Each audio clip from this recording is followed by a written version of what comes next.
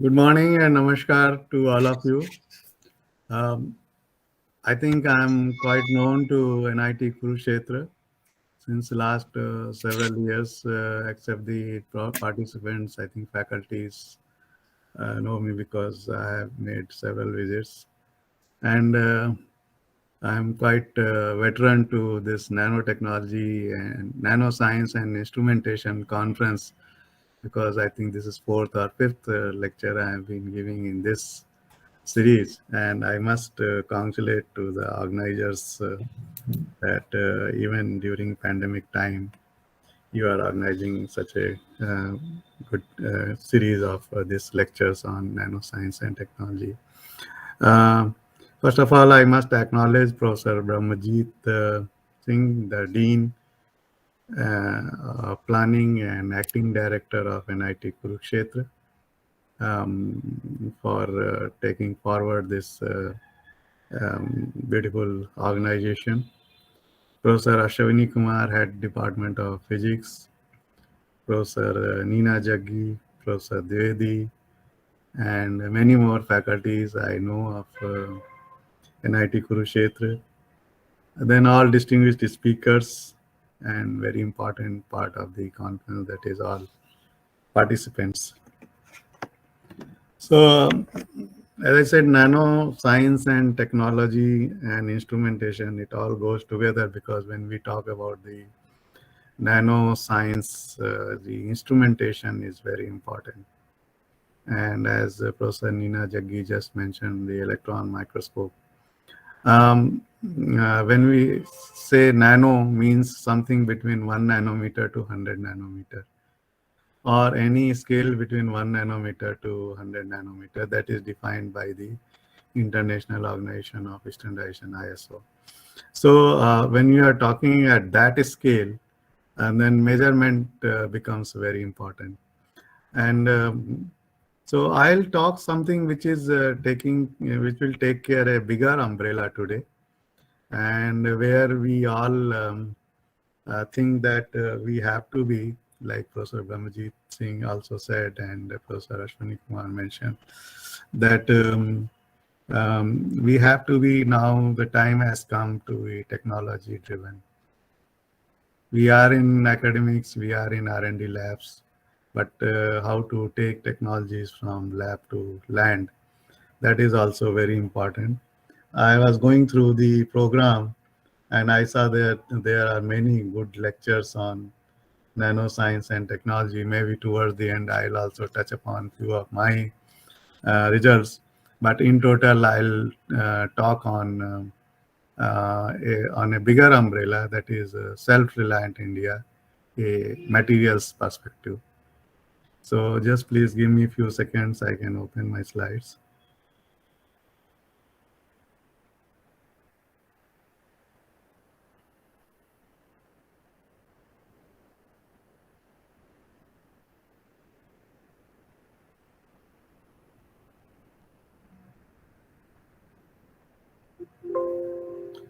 So once again, thanks to the organizers.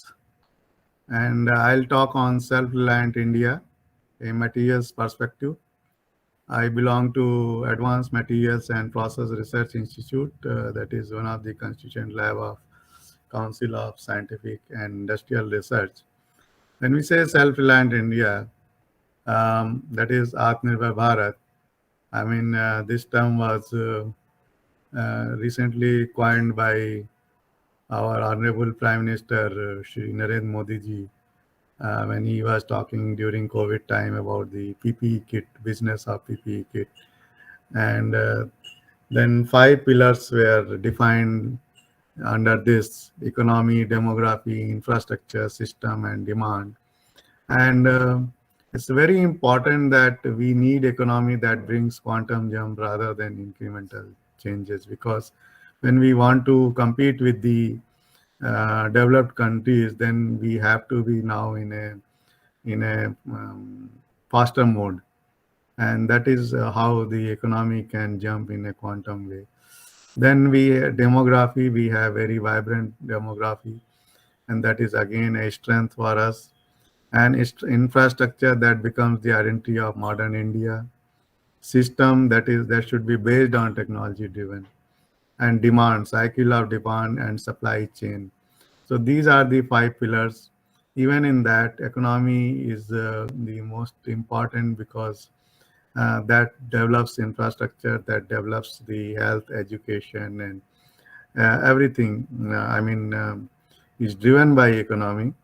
So, and at present, the our government also says that we have to achieve the targets of 5 trillion economy. So all these factors are important, and where the science and technology is going to play a very important role, because without science and technology, we cannot achieve this goal. Even if we recall that our Rajpita Mahatma Gandhi ji also said that self-reliance is the key to success. So when we talk about the Atmanirbhar Bharat, we have to look into the industry perspective. And we know the evolution of industry 1.0 to 4.0. In late 18th century, sometime in 1784, introduction of the power loom started. That was industry 1.0. That is mechanical production started. And then in industry 2.0 came sometime in beginning of 20th century, where mass production, by electrification driven mass production and assembly lines were evolved. And industry 3.0, where automation production started, and first programmable logic computer in 1969 came out. And industry 4.0, which is now overlapping with industry 5.0, where we are talking with advanced robotics, 3D printing, internet of things, big data, artificial intelligence, and so on. And industry 5.0, which says that where people will work alongside with the smart machines and systems. Now, materials for self-reliant is very important, because even if we look at Cosmos, we have two things, materials and time. And other things are driven by these two factors. Now, among materials for self-reliant, the sustainable of materials, sustainability is very important. And there are 5 levers are there to minimize the materials impact. That is their time extension, investigation, substitution, recovery, manufacturing efficiency, which has been given a very important role. Recovery also takes care the waste utilization. Then substitution of materials, coming up with the better efficiency specification.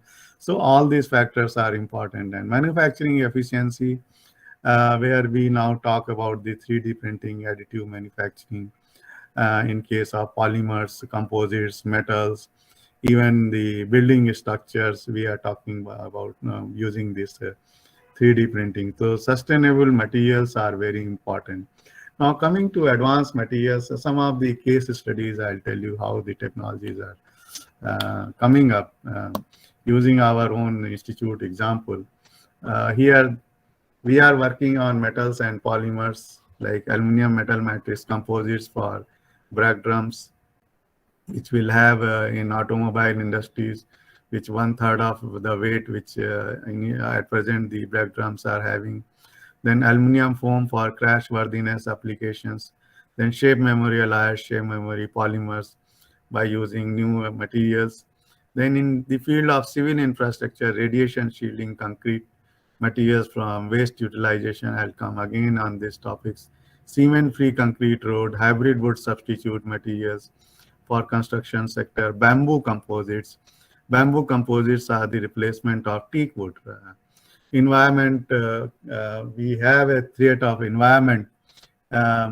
So red mud and fly ash, which is a waste from the industries, um, from alumina industries and thermal power industries, their utilization we have shown. Then utilization of marble waste in wood substitute and agro waste like parali. And then next generation and processes, materials and processes, where we are aiming this today's conference, nanomaterials, graphene-based materials, nanomaterials for water purification, 3D printing, and microfluids. So let me go example by example in different slides. This is the advanced cement-free fly ash-based geopolymeric concrete. So the advantage is here you are not going to use cement. In cement, one thing is that when you use cement, the equal amount of CO2 you produce in the environment. Here you reduce about 80% CO2 production. So that is one thing. And then you use fly ash. Fly ash is nothing but the waste from the thermal power plants. So you are going to use fly ash. And this cement-free concrete is 100% replacement of cement, ready to use within a week, and bulk fly ash utilization one can have. We have already demonstrated the roads made out of these material in Ampri campus and AIMS Bhopal campus. AIMS Bhopal campus, you can understand it is being used heavily. And we have several patents in this direction. Then hybrid green composites is a very important topic nowadays. And materials technology from industrial and agro waste. So there is the opportunities for entrepreneurship and startups. So what are the challenges here? Is find alternate materials for timber, plastics, GRP, avoid deforestation, and use agro-industrial waste, natural fibers, reduce consumption of petroleum-based materials, solutions to waste management, and save environment. And now, at present, if you see globally, there are several challenges. But if you look at the priority-wise challenges, then the challenge is economic instability, health, climate change, and so on. So if you use the materials which are alternate for your wood, which are the materials uh, made, produced out of the waste, then you can control various problems associated to environment, and you can also control the deforestation. You can also generate entrepreneurship. You can develop a skill among the people. Even less educated people can be employed in such directions, and several things can happen if we work in these directions. This is the time. So now I'm coming to the popping up. Even if you look at the TV channels, they say Delhi has become gas chamber and so on. So we have used this kind of agro waste parali in making different products, panels. These are like 3 foot by 6 foot size panels, which can replace your teak wood, your ply, and so on. And these kind of products can be utilized for housing purposes, partition, roofing, furniture, etc. And at several places we have demonstrated also. We have also transferred some of these technologies based on the natural fibers like sisal to Manrega Panchayats and Rural Development Department. Then very recently to Mr. Shub Green Sheet Private Limited. And at this moment, I definitely remember Professor Satish Kumar, the then director of NIT Kurukshetra. Was great support, and still we are getting good support from NIT Kurukshetra. And at that time, we also met Honorable Chief Minister of Haryana, Shri Manohar Lal Khattar ji, with our Parali product. So this news spread very fast that Ampri has developed such kind of product. And based on this product, there was a video clipping made by the Vigyan Prasad, Department of Science and Technology. I'll show you this video clipping. Kindly just bear with us. This will summarize our work on Parali.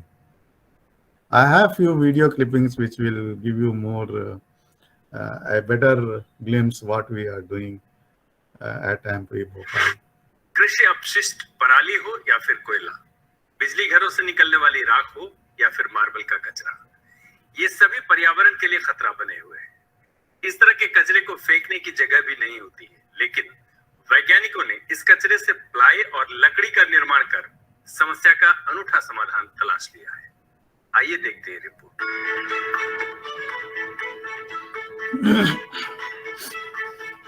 CSIR की भोपाल स्थित प्रयोगशाला advanced materials and processes research institute AMPRI तथा NIT Kurukshetra के वैज्ञानिकों ने धान से निकलने वाली पराली, गेहूं के भूसे, औद्योगिक अपशिष्ट जैसे फ्लाई ऐश और मार्बल के कचरे तथा फाइबर का प्रयोग करते हुए फ्लाई और लकड़ी विकसित की है। वैज्ञानिकों के द्वारा तैयार की गई लकड़ी कई मायने में फायदेमंद है, जैसे इसमें आग लगने की संभावना नहीं होती। दूसरा, ये सीलन से खराब नहीं होती और दिमकनी नहीं लगती। ये पानी से भी खराब नहीं होती है। जो उपयोग लकड़ी के हो सकते हैं वो सब इसमें होते हैं, लेकिन जलाने के उपयोग में इसे नहीं लाया जा सकता है। वास्तविक लकड़ी की तुलना में लकड़ी कहीं ज्यादा मजबूत है। AMPRI द्वारा तैयार लकड़ी में 60% कृषि और औद्योगिक अपशिष्ट मिलाया जाता है, जबकि बाकी 40% फाइबर मिलाया जाता है। CSIR ने इस तकनीक का पेटेंट भी फाइल किया है। दरअसल पंजाब हरियाणा में पराली के निपटान के लिए किसानों द्वारा उसे जलाया जाता है, जिससे समूचे NCR में प्रदूषण गंभीर रूप धारण कर चुका है। इस प्रकार बिजली घरों की राख को बहा दिए जाने से वो जमीन को बंजर बना रही है। मार्बल का कचरा भी जमीन और पर्यावरण के लिए खतरा बना हुआ है। ये तकनीक इन तीनों समस्याओं का समाधान निकालती है। इसके अलावा राष्ट्रीय वन एवं पर्यावरण नीति के तहत इस तकनीक का निर्माण बेहद अहम है, जिसमें भवन निर्माण के लिए वैकल्पिक लकड़ी तैयार करने पर जोर दिया गया है, जिससे वनों की कटाई कम हो। CSIR Advanced Materials and Processes Research Institute, in short CSIR AMPRI Bhopal, has developed a technology for making evergreen hybrid ply and composite wood using parali and agro waste. This technology was developed with multiple objectives for multifunctional application as well as in view of effective use of parali and agro waste. The findings of the research paves ways to introduce new materials to the society, contributing to the national policy, Government of India, for development of wood substitute for building application so that consumption of timber in building and house construction can be minimized. Furthermore, this will be a potential solution for effective utilization of different agro wastes such as paddy straw, wheat straw, etc., leading to solve various environmental threats associated with management of agro waste, deforestation, and ecological imbalance. The evergreen hybrid ply and composite wood are durable, resistant to weather, corrosion, water, moisture, and termite and fungal free composites. The composite materials are fire retardant, self-extinguishing nature, cost effective, and maintenance free materials.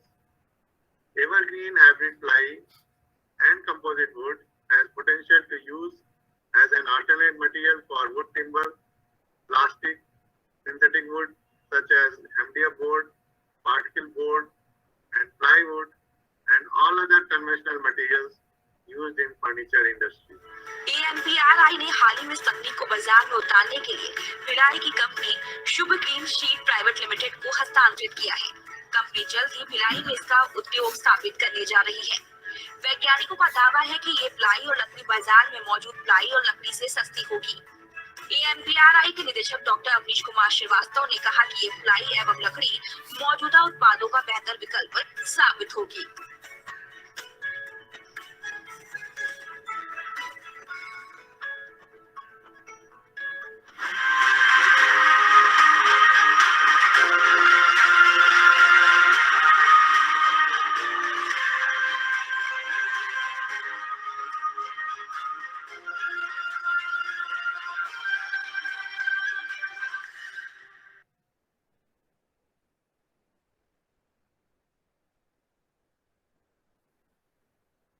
So this is one example I gave that where we have used waste to value-added materials. The another example I'm going to give that the bamboo, it's बांस जिसको हम बोलते हैं. Bamboo is available. There are about 136 varieties of bamboo in country, and it is around in 96 million hectare land. It's being cultivated, and bamboo is being used. For various purposes, especially in rural areas and the areas where it is being cultivated in a large scale. But we have developed the wood out of bamboo. It's again bamboo-based composite, and now we are making a conference room in AMPRI itself. We have demonstrated this technology very recently during COVID period, just before COVID period started, and now we are constructing a conference room, a small room, and just for demonstration purpose, made out of this bamboo wood.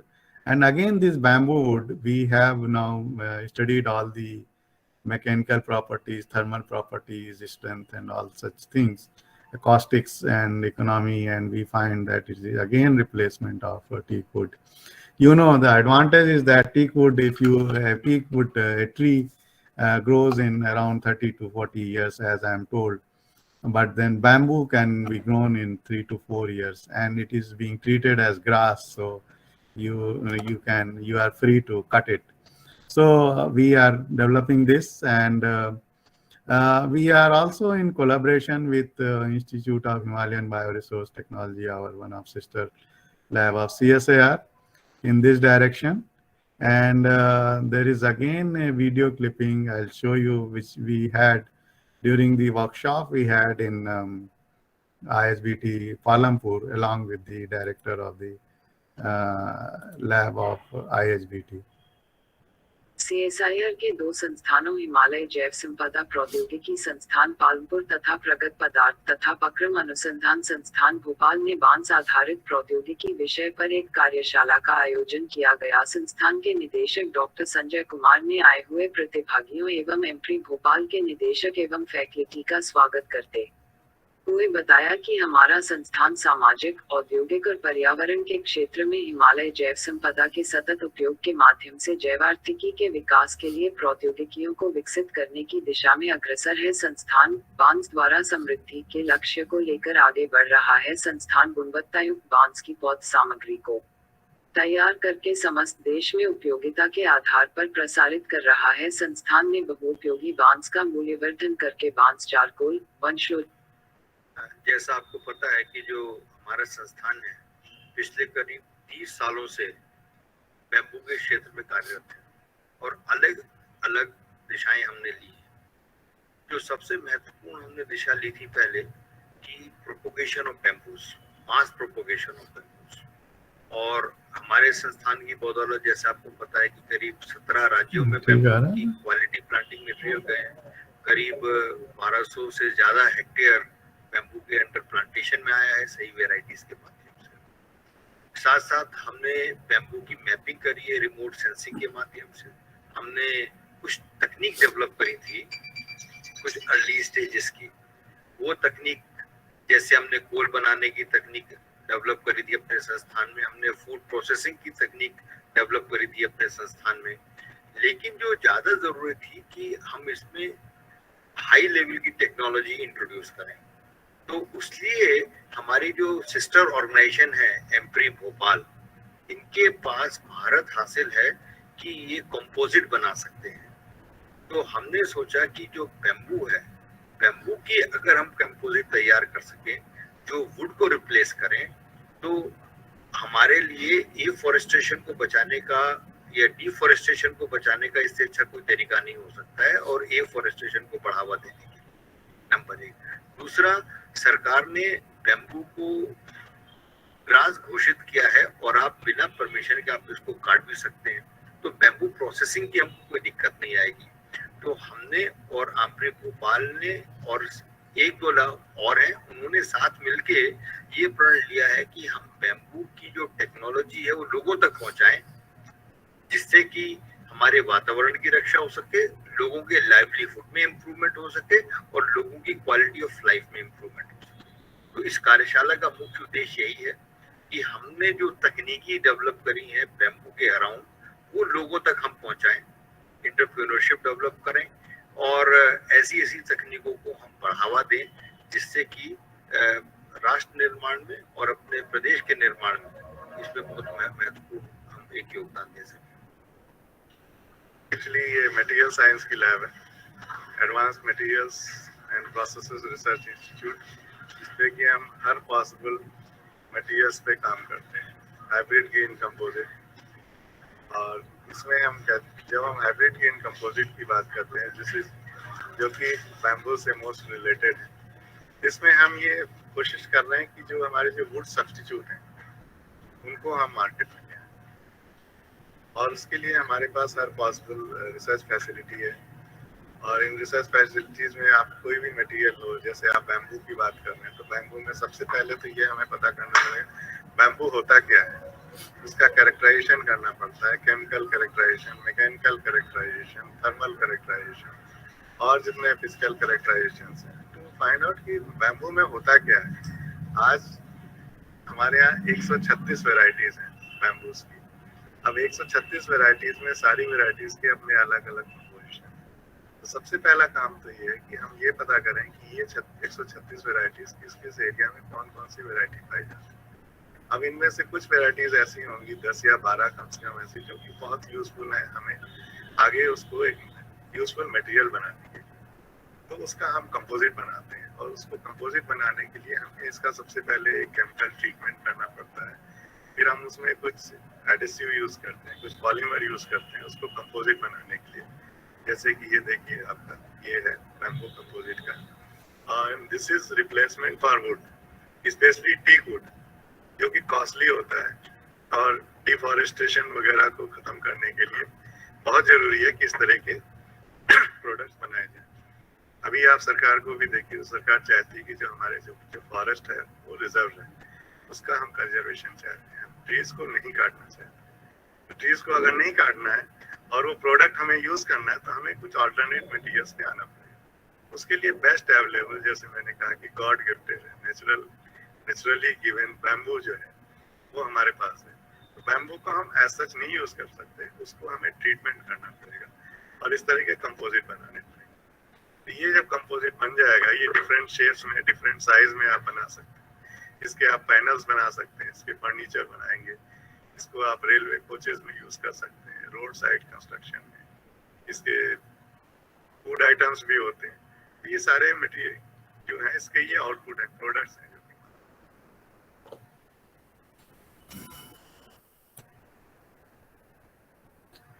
In addition to that, very recently we transferred a technology on aluminum composite, that is using metal matrix composite, where aluminum silicon alloys with the silicon carbide reinforced metal matrix composite. We are working in this direction, and we transferred this technology to save the cost, transportation cost, and also with the better properties of the existing manhole covers. The existing manhole covers are from this cast iron, but this is from the aluminum silicon alloy and silicon carbide. So it's light. It's about 1/3 weight of that, and the properties are either similar or better. So we have transferred these technologies, and this can again go like in a very revolutionary mode, not only just to have the replacement of manhole covers on all roads and all that, but also for various other purposes in defense sector and so on. So this is the technology we transferred just in 2 months back. As I said, waste to value-added materials, we are quite concerned, and we are working in this direction. This is the use of the red mud to convert it into radiation shielding materials. Red mud, it's a waste it's a industrial waste converted during when bauxite ore is converted into alumina using bias process. And so it's if you see the data of year 2020, global data, there was 133 million tons of alumina was produced, and out of 133 million tons of alumina, in addition to that, 175 million tons of red mud was produced. And this red mud is waste in the sense that it is highly alkaline, pH is more than 10 to 13, and it is hazardous, and most of the time it has got no further use, and it is a great threat for environment. So we have converted this kind of red mud into the radiation shielding materials, and so we can have radiation shielding materials, radiation shielding concrete materials for bunkers and all, for defense purposes, for nuclear energy, nuclear sector, and also radiation shielding tiles for health sector, because most of the time these radiation shielding tiles, we are not using radiation shielding tiles in X-ray rooms, CT scan rooms, and cath lab. We are using the lead. So, but lead is, it's again, it's not good for health, and it is imported material. So if we want to become Atmanirbhar, then again we have to replace lead, and it's not good for health. So that is another reason. So radiation shielding tiles we have demonstrated also. On that basis, this is first time AMPRI also received the NRDC National Meritorious Invention Award 2020 by the Government of India. Again, I'll show you a clipping which will explain you in a much better way what I want to tell you.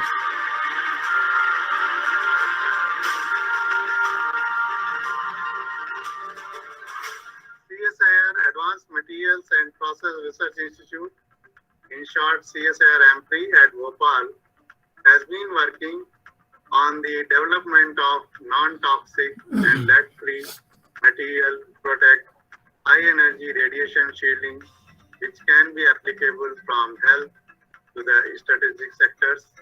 Mainly, CSIR AMPRI's expertise lies on the conversion of industrial waste like red mud, fly ash, rice husk, brine sludge, etc. into radiation shielding materials by arresting their hazardous nature in a scientific manner. Million tons of such noxious industrial waste have been piled up in the disposal plants worldwide and pose serious threat to the environment due to particulate emission, alkalinity, heavy metal leaching, etc. CSIR AMPRI Bhopal had transferred a technology on lead-free X-ray shielding tiles to Messrs. Prism Johnson Limited on 10th June 2019 at Ansandhan Bhavan, New Delhi, in gracious presence of Dr. Shekhar C. Mande, Honorable Director General of Council of Scientific and Industrial Research, that is CSIR, and Secretary Department of Scientific and Industrial Research, that is DSIR, to the Government of India. CSIR AMPRI has developed this novel material using the industrial waste to shield X-rays that comes out of the diagnostic X-rays, computerized tomography, CT scanner, cath lab, etc. Nearly 6 mm thick material possesses the attenuation characteristics of 1 mm lead sheet. Since lead poses a serious environmental hazard, its usage is being discouraged world over. This technology is nearly 3 times cheaper than the lead, hence we use industrial waste as raw material.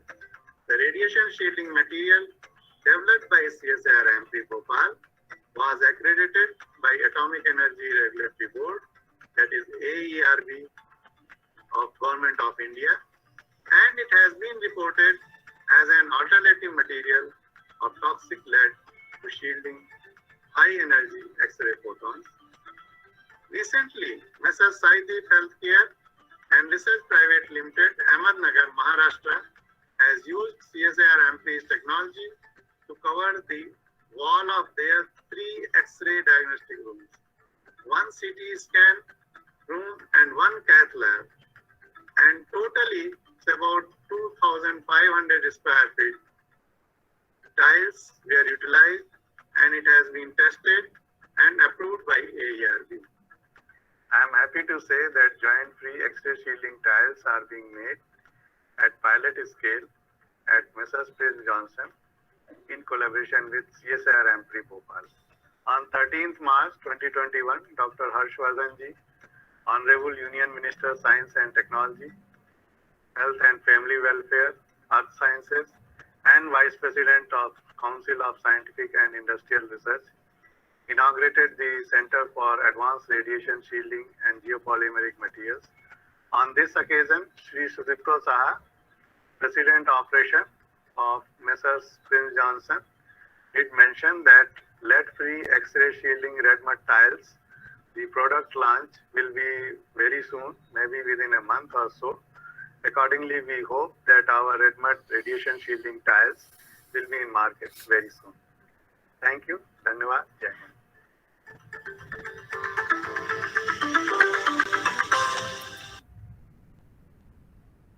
Hind. So now coming to high impact science and technology, where we talk about the let's say fundamental research and the new material, or I should say newest materials what we are working. So as I said in the beginning that when we talk about the Atmanirbhar Bharat and Industry 4.0, the process like 3D printing, additive manufacturing, and the nanomaterials, which this conference is intended for, are very important. This is probably the first time globally we have demonstrated, almost first time, that using SS stainless steel SS316 plus graphene composite we have made using additive manufacturing. And these are the one of the best journals in material science where we have published our data. In addition to that, we are working on artificial intelligence controlled actuators based on shape memory alloys and shape memory polymers. Then electromagnetic forming, which also known as diffusionless welding. This is the book. It's not that I'm propagating my own book, but if somebody is interested, can go through this book where several things are, several chapters are there on oxide nanostructures, growth, microstructure, and properties. May be useful for students. This is the atomic scale. I'll show you some of the examples of zinc oxide and titanium oxide nanomaterials because I cannot skip nano in this conference when title of the conference itself is nano science and instrumentation. Zinc oxide, you know, it's good for coatings and various cosmetics and for bio applications, and titanium dioxide is for wide applications like reducing toxicity of dyes, pharmaceutical drugs, wastewater treatment, sunscreen lotion, etc. So some of the basic work I can highlight here, that we have produced this zinc oxide nanoparticles of this hexagonal shape disk, and even at atomic scale you can see along 0001 growth direction, c-axis of hexagonal, you see flawless structure. Normally we say that nanomaterials have always got a lot of structures, but I think it's not always true. There are something else driving forces which makes properties different. Now we had gone further into detail of that, and we could reveal the distance between zinc ions and oxygen ions in this kind of dumbbell face faceted nanoparticles along c-axis. And so Zn plus 2 and O minus 2 distance approximately 0.198 nanometer. And this is first time in real space we could show that. And believe me, this took me about 6 months to analyze such kind of data. Then another example is the dispersion of ZNO nanoparticles in graphene. And again, we could resolve using the high resolution TM and then elemental mapping. You can see the ZNO nanoparticles dispersed in graphene matrix, and these rings are coming up from the nanocrystallites of ZNO, and these spots are from the graphene. And this mapping clearly shows the uniform distribution of zinc and oxygen in carbon matrix, that is graphene. So there is a uniform distribution of ZNO nanoparticles in graphene. Another example is the growth of antimony islands of different clusters, and one can see the importance of the instrument like AFM and STM, atom force microscope, and scanning transmission electron microscope. One gives a good depth resolution, and other one gives a good spatial resolution. But in both the cases, the information you see in 2-dimensional, it's the same. The size of these structures you can resolve.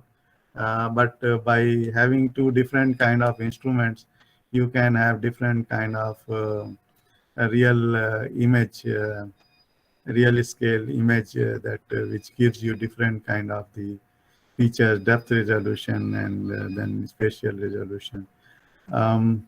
Another example is from graphene, how to change the spacing between the graphene nanosheets. The problem is with these nanomaterials like graphene and all. The graphene, I mean, I think it's clear to the participants that is one of the allotropes of this carbon, and it's a 2D nanomaterial, which it also, the inventors also received the Nobel Prize, if I am correct, in sometime in 2011, if I am correct. Now, the problem is the agglomeration of these nanosheets of graphene.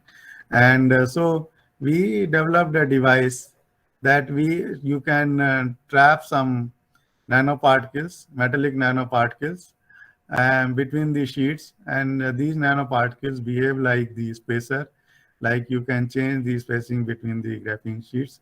Of course, when you introduce another element in the graphene sheets in the form of nanoparticle, there would be some change in the properties. So one has to take care of that, but this is clearly demonstrated that this kind of thing can change the space between the sheets. Here it's about 10 nanometer size of silver nanoparticle. So the spacing between two graphene nanosheets is about 10 nanometer, and so on. Then, as I said, TI2 is another very important example because it is being used for various purposes. Then people have started working on coating of TiO2 because of several reasons, like green tea and silica and so on. So how to resolve that is again from the transmission electron microscope, that you have a TiO2 nanoparticle coated with about 25 nanometer thin layer of SiO2. This is the dark field image. And then this is the mapping. From the mapping, the elemental mapping, and from the spectra, you can very precisely say that it is around 22 to 25 nanometer thick SiO2 layer coated throughout the TiO2 nanoparticle. Reason why I'm showing these images, that unless you know what is happening at nanoscale in nanomaterials, at nanoscale, you cannot think about the optimization of properties, and also to achieve the best specifications or the desired specifications of your material. So you have to go through the iterative process, like you process material, characterize it, then material is maybe good or may not be good. Again, you have to process it, again characterize it. And unless you have good material, you cannot expect the properties associated with that. This is the example of nano silicon carbide added MgB2 superconductors and how nano silicon carbide particles behave in this MgB2 material. I'm not going into the property, I'm just going into the features of that, how it is happening. That you have the silicon carbide nanoparticles. At some places, it reacts also, makes Mg2Si, and then you have Mg2B. And the idea of doing this kind of microscopy, high resolution microscopy, is that in real time you can find out that what is happening at nanoscale, even in this kind of superconducting materials. It looks like a very nice interface between silicon carbide and MgB2. So if you have this kind of interface between the matrix and the particulate, that means you don't have any porosity and so on. So that means your material quality is quite good. This is a scanning helium ion microscope. That's an old example, but I just wanted to show you here that in addition to scanning electron microscope and transmission electron helium ion microscope, where electron beam is replaced by helium ion, and it gives much better resolution in the scanning mode. Like in scanning electron microscope, if you can go up to, even with field emission gun, resolution of 1 nanometer, here you can go up to resolution of 0.2 nanometer or 0.3 nanometer. And in addition to that, you can do the nano patterning on that, like this Rashtriya Bhautik Prayogshala is written on graphene nanosheet within a length of 100 nanometer. So such kind of direct light deposition can be done using nano patterning inside the microscope. This is the pandemic situation. We all know we all have suffered through this pandemic, and it is still going on. So I cannot stop my presentation without showing some of the efforts what AMFRI has done in this direction. Although we are engineering lab, but we have devoted, keeping in view of our expertise and facilities and the interest of scientists in this direction. And CSIR as a whole had created 5 verticals in this direction, keeping in view of 38 labs of the CSIR, their expertise, their facilities, their location, and all those things. And these 5 verticals were surveillance, diagnostics, drugs, hospital assistive devices, and other devices, and supply chain. And we contributed in this 4th pillar, that is hospital assistive devices and related products. We made masks, even graphene coated masks, tribological masks, this sanitizer. These are all things commercialized. Then herbal masks, disinfectant box is again commercialized now. Portable instant hypochlorite generator we have now commercialized. Then herbal antimicrobial coating, we are working on it. In this direction, we also collaborated with our sister lab, Central Building Research Institute, and jointly we transferred a technology to a Bhopal-based company. And I'm happy to share here that you as well, you can see that Pradesh ka pehla makeshift hospital block we constructed during first wave of COVID, and then in Madhya Pradesh itself in Devas during second wave of COVID, we constructed another fever clinic. Again, there is a video clipping which will show you, it's a quick video clipping which will show you live demonstration how this fever clinic is being used.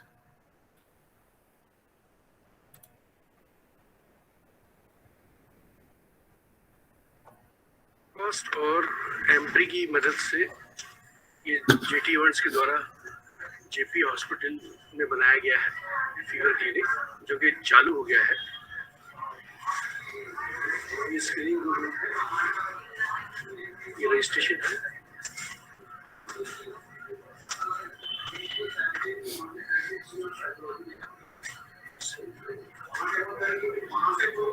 ये doctor साहब का cabin है।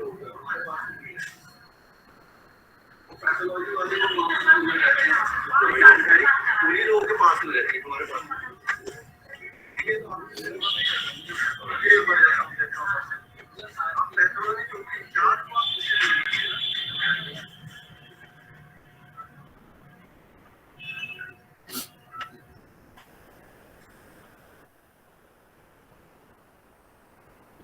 So, as I said, we have done a lot of work during this COVID based on our expertise. I think this is last video clipping I'm going to show you. That in total, this is about 1 year old video clipping. So you may not get the entire feel what we are doing, but certainly it will show you some of the glimpses what we have done and working on it in the field of this protection against this COVID coronavirus.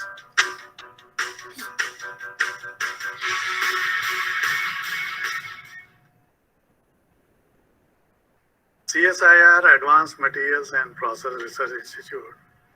In short, we call it CSIR AMPRI at Bhopal, is one of the constituent labs of CSIR, that is Council of Scientific and Industrial Research. Under this lab of CSIR, that is at AMPRI Bhopal, we work on lightweight materials, smart and functional materials, nanostructured materials, waste to value-added materials. And these materials, in turn, they get converted into different outputs like publications, patents, and products, that is technology know-how transfers. It's a national lab of international repute. As far as COVID-19, this pandemic of coronavirus is concerned, we worked on different directions. Being an engineering lab, we try to do our best using our capacity, efficiency, and the expertise of our scientific, technical, and non-technical manpower. We worked on knowledge generation, knowledge dissemination, industry interface, societal interaction, and innovative products.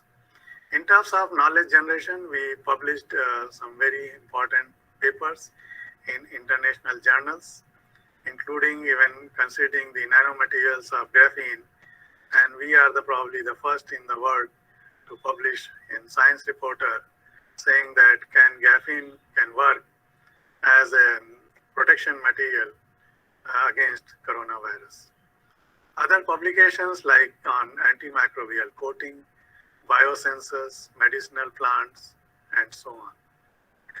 Then we did knowledge dissemination, like organizing conferences, workshops, training the people, and also making aware how to protect yourself, how to prevent yourself from the COVID-19. We had these programs under Jigyasa, teaching the school students, their parents, their teachers, their deputy commissioners, principals, and under a skill development program, certain programs we have run. Then we interacted with society in terms of teaching them or making aware how to protect themselves from coronavirus. In this case, we reached to more than 50 villages of Madhya Pradesh and Chhattisgarh. We distributed our masks, sanitizers, soap, and posters, making them aware about the coronavirus COVID-19. We also distributed our soaps, masks, and sanitizer, and posters to government officials like police personnel, bank officials, and common man. And further, we worked on different products, technologies we are trying to develop, and we started with face mask and sanitizer with extra skin care. And this technology we transferred to a startup company in Indore, and I'm happy to tell you that face mask is already in the market. It's commercialized after lab testing, and sanitizer work is going on. In addition, we are working on to develop different sanitizer boxes with UV and nanomaterials, hybrid boxes, without UV with nanomaterials, hybrid boxes. We are developing some other products like some biosensors and so on. Then we are working on different other products like different high quality masks like e-mask, tribological mask, herbal mask, graphene layer incorporated mask for different sectors of the people, not only to common man, but even for doctors and other healthcare people. So in total, on different fields we are working. We are developing antimicrobial coating to protect ourselves from this COVID-19 coronavirus. And this coating can be used for different metallic surfaces, and therefore one can protect ourselves. So in total, in 5 directions of knowledge generation, as I said, knowledge dissemination, societal interaction, industry interface, and innovative projects. In all these directions, our scientists, technical staff, non-technical staff, students, project fellows, we are working in one team, and we are also getting associated with CSIR as a whole. CSIR as a whole also has 5 pillars where different directions they are working, and we are associated with hospital assistive devices among 5 pillars of CSIR.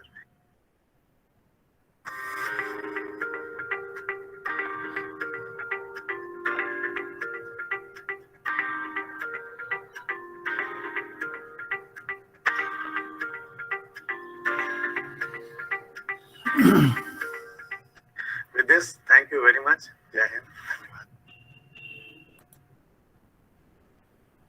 So, these are early some research work. It's already in the open literature that using transmission electron microscope, the virus was detected, the size and all. This is Indian publication, not from our group, but it is. It's about 80 to 100 nanometer, and some protein structures were identified. Then we, as I said, can graphene-based materials play a major role in fight against COVID-19? We published in Science Reporter, and after that we published in Materials Today Chemistry also, this kind of work. And this nanomaterials has got lots of, precise instrumentation dependency. You need very good systems, microscopes, and other measurement systems, and this shows that the importance of these kind of instruments is still that Nobel Prize in Chemistry 2017. Again, it has gone to for developing cryo-electron microscopy for the high resolution structure determination of biomolecules in solution to these 3 great scientists. We are in development of technically skilled future generation for self-reliant India. I'll not take much time now, but in terms of this Jigyasa program, we have reached to about 1 lakh students in last 4 years, especially to Kendriya Vidyalayas and Navodaya schools. We are giving hands-on training, online lectures, and inviting them on different occasions. Then we are in CSIR Integrated Skill Initiative. We are running around 15 programs. Here, young engineers, graduates, industry people, they can come and get trained in the field of advanced materials and advanced processes. So this is a complete chart where in these directions we are working. In terms of materials, you name any material, probably we are working. And we are working in innovative directions in that material. And these materials are lightweight metallic materials, construction materials, radiation shielding and cement-free concrete materials, smart and functional materials, then integrated approach for design and product development. And we also have a department of water resource management and rural technology, like implementation of certain technologies in rural areas.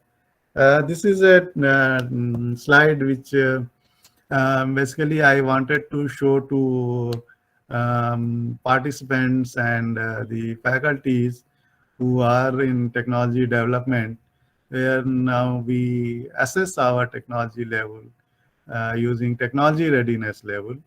This concept was first given by NASA for all these aircraft programs, where when you talk about basic fundamental research having potential application, then you can say your TRL value is somewhere 0 to 1. And then technology concept, application formulation, experimental, critical function characteristic, proof of concept, component validation in relevant environment, system prototype, all these levels are there. And finally, when technology is commercialized and it is in use in the market by the common man, then we say it has got TRL 9. And in NASA language, it says actual system flight proven through a successful mission pro operation. So that is how TRL 1 to TRL 9 goes. And this concept is very good if you are in the technology development program. You can assess at what TRL level you are. And nowadays industries are talking in that term, that what is the TRL level of your technology. So one can define the TRL level using this kind of chart. So with this, आप सभी को धन्यवाद. Thank you all. If you have any question, query, you can please contact to me on my phone numbers, or can send mail on director@ampri.res.in. Thank you for inviting me to give this, share my views on this wonderful platform. Thank you very much, sir. Thank you very much for this important lecture and your guidance. Parali and COVID both are really a very big challenge for this planet. Developing hybrid gene technology is very important, and it has tremendous amount of scope to serve the society. Thank you very much for your kind consent for this conference in very short time. Your association with department is really valuable. I would like to inform you, meanwhile you are talking and giving the presentation, around 15 participants from 15 institutions who have joined this lecture, and they were watching this. We were also recording this your lecture, and we will soon upload on YouTube. Maybe after lunch it will be available. I hope the participants really get lots of benefit from the new discoveries that Ampri Bhopal is contributing. So it's really really good, sir. Thank you very much for your lecture as well. Meanwhile, we have another